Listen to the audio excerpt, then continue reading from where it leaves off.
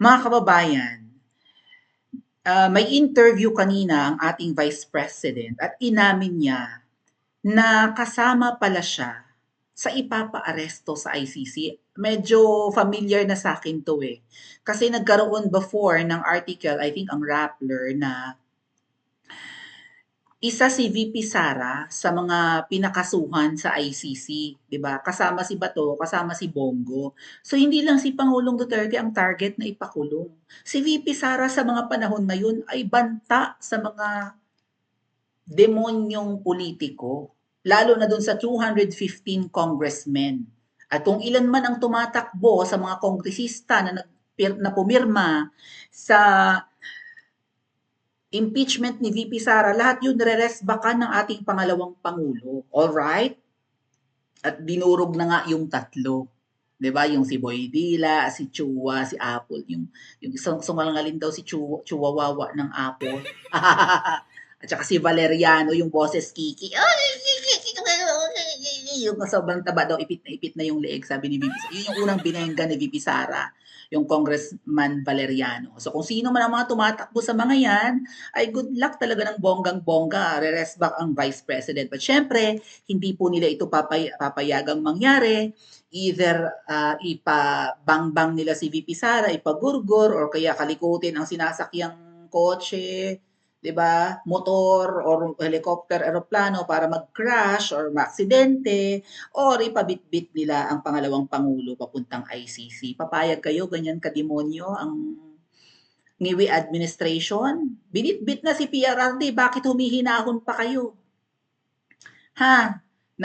Nagwala kayo sa galit, naiyak ang lahat, pati mga OFWs, mga kasama ko dito sa kung saan ako nandun, mga kababayan, nag-iiyak na, binabalya na ang pinto, pati pinto ng kotse binabalya sa sobrang galit, hindi makapag-focus sa pagtatrabaho dahil sa ginawa kay Tatay Digong. Kayo dyan, nagtipon-tipon kayo sa Mendiola, hinakot kayo papuntang Liwasan. Kasi huminahon nga raw kayo, huwag kayo magwawala sa galit. Maghintay daw kayo ng 2028. Mga kababayan, tandaan nyo ang sinabi ng pangalawang Pangulo, baka wala ng Pilipinas sa 2028. Ha? Baka mamaya sobrang gulo na sa Pilipinas, hindi na ma-handle ang lala ng krimen kasi puro addict na, puro zombie na ang nandyan. Baha na ang droga sa Pilipinas, isipin nyo kung hanggang 2028 yan pa ang nakaupo, yung addict pang yan. Ha?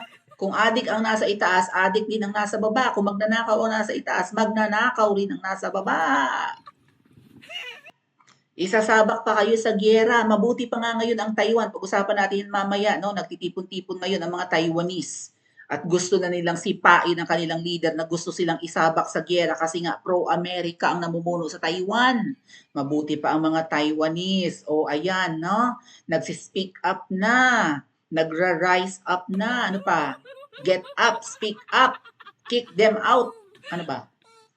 Right? O, kayo dyan sa Pilipinas, binuhusan kayo ng malamig na tubig, yung galit niyo sa ginawa kay Pangulong Duterte, wala, inapula yung apoy niyo. Anong tawag sa mga hudas na yan? Na nagkukunwari mga Duterte supporters, edi double agents.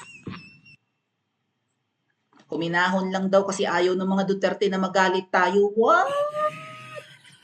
Karapatan nating magalit kung ninanakaw na ang pera ninyo dyan sa Pilipinas. Alam nyo bang hinahakot ng isang babae? May inatasan, babae ang nakatoka, ang may tasks para hakutin ang pera nyo palabas ng Pilipinas. Ay, ang dami kong gustong sabihin at i-vlog. Siguro sa mga ilagay ko sa notepad ko pa, di ko nalilimutan. Nagpo-post ako niyan sa FB, nakikita nyo yan, ano. Yeah, lagay ko nakakalimutan. Okay, topic yan. Ano pa? Anyway, so, eto po mga kababayan, ang nasaan kaya si VP Sara kanina? Nasaan siya kanina? Anyway, so nagpa-interview ang ating pangalawang Pangulo at sinabi nga po niya, this is posted by Edge Davao. Babasahin ko lang. Vice President Sara Duterte confirms that she is on the list of persons that could possibly be arrested by the International Criminal Court. The Vice President added that included on the ICC list are Senators Christopher Lawrence Bongo and Ronald De La Rosa, former Philippine National Police Chief Oscar Albayalde, retired Lieutenant General Vicente Danao, and ex-CIDG Chief Brigadier General Romeo Caramat. Anong kinalaman ni VP Sara sa war on drugs? Alam niyo kung paano laang ikinonek si VP Sara sa mga sinampahan ng kaso sa ICC against EJK or guilt yung guilt daw of committing EJK. Kasi daw mayor si VP Sara ng Davao City nung nakaupo yung tatay niya. Yun lang. Mayor yan, so malamang yung mga nagkandamatay doon sa Davao City nung war on drugs ay utos din ni Sara. Yun yung reasoning nung nagsampa ng kaso sa ICC. Papayag kayo mga kababayan na maaresto, may another Pilipino na mabibitbit papuntang ICC at ikukulong doon? Nakakabilib po and shoutout sa mga nasa Europe at kung sino mang dumadayo, may mga dumadayo nga pong taga Middle East. Sa ICC, sa The Hague, nandun, nagtutumpukan sa Duterte Park. At kinahapunan kung bawal na doon sa park, doon naman sa Duterte Forest. Shoutout sa lahat ng mga OFWs na committed, isang buwan ng mahigit nakakulong at magto 2 months na po sa May 11. Bago mag-eleksyon, 2 buwan nang nakakulong si PRRD. Pero ang mga OFWs balik ng balik doon lalo tuwing weekend. Kayo dyan sa Maynila, kumusta kayo? Kaya pinipressure ko ang Maynila mga kababayan, it's the Imperial Manila. Diyan nakatira yung nagpakidnap kay PRRD. Okay? Nandyan ang seat of power. Nandyan ang karamihan sa pera nyo na malamang hinakot na. Nasaan na yung malalaking grupo na maka-Duterte kuno? Bakit hindi kayo nagtitipon-tipon? Kahit man lang sana linggo-linggo sa liwasan dahil paborito nyo ang liwasan. Ba't wala na kayong ganap? Tinanggap nyo na? What? Pwede naman kayo magkanya-kanya ng pamasaya. Hindi, nung nag-EDSA kami mga kababayan, wala kaming LED stage, wala kaming LED screen, wala kaming magarbong entablado. Ang aming ang tungtungan doon, katulad ni VP Sara, upuan. Upuan ng tungtungan. May nagpahirap sa amin ng lamisita, doon nakatungtungan nagsasalita. May dala kaming megaphone. May dala-dala kaming rechargeable speaker. Magkano lang yun? 5,000 lang. Hindi nyo kailangan ng magarbong entablado ng malaking sound system. Kung kayo ay umay na, hindi kailangan magpasosyal. Kung gusto nyo nang matapos ang problema nyo sa namumunong addict na ayaw magpa-drug test, hindi nyo kailangan ng malaking pera, magkanya-kanya kayo ng pamasahe. Ayan ang nakakalungkot. Ang mga politiko sa atin, binibili lang ang boto ninyo. Tapos kayo naman, ginagawa kayong mangmang. At dahil mangmang ang karamihan sa mga Pilipino, hindi rin makahanap ng matinong trabaho. Hindi rin ginagawaan na tumaas ang sweldo dyan para makayanan nyo magpaaral ng mga anak nyo. Para maging edukado at hindi nauuto ng mga politiko pagdating ng botohan ng mga anak nyo. Bibilhin din ang boto. Hindi lumalaki ang sweldo nyo para hindi kayo yumaman, para hindi kayo umasenso, para manatili kayong mangmang. Ang taas ng mga bilihin, o di lalo kayong naghirap. Kaya pagdating ng eleksyon, mag-aantay na lang kayo na mabayaran. Ang karamihan sa atin dyan, hindi ko kayo nilalahat. Kaya rin ang mga Pilipino nagsisipag-alisan dyan sa Pilipinas at nagiging OFW kasi nga hindi na kaya ang kahirapan sa Pilipinas. Sa ibang bansa maghahanap ng fortunes.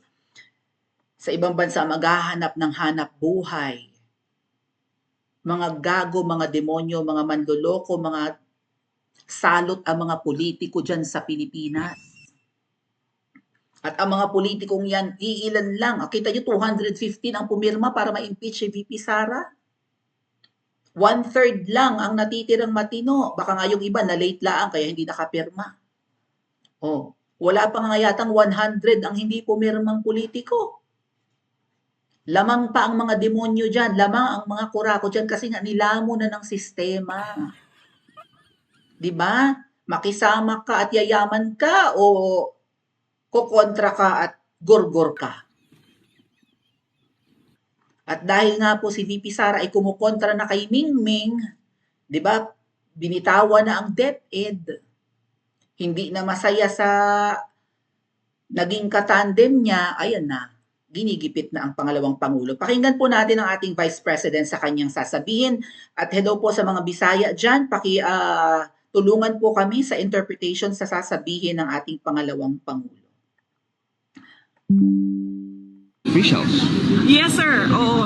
Naa ko sa listahan, daghan kaayo mi nga naa sa listahan sa ICC.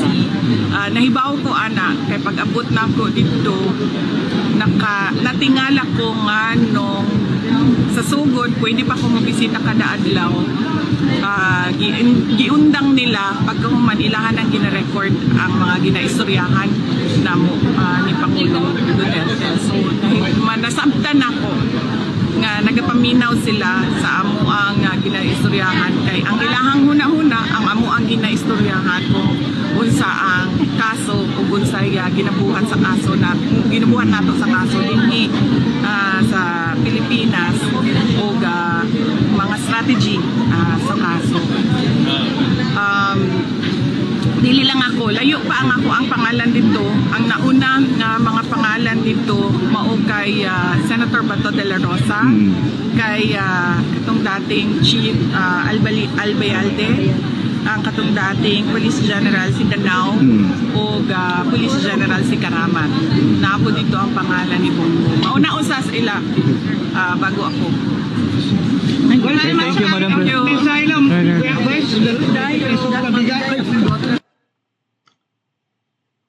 PNP officials.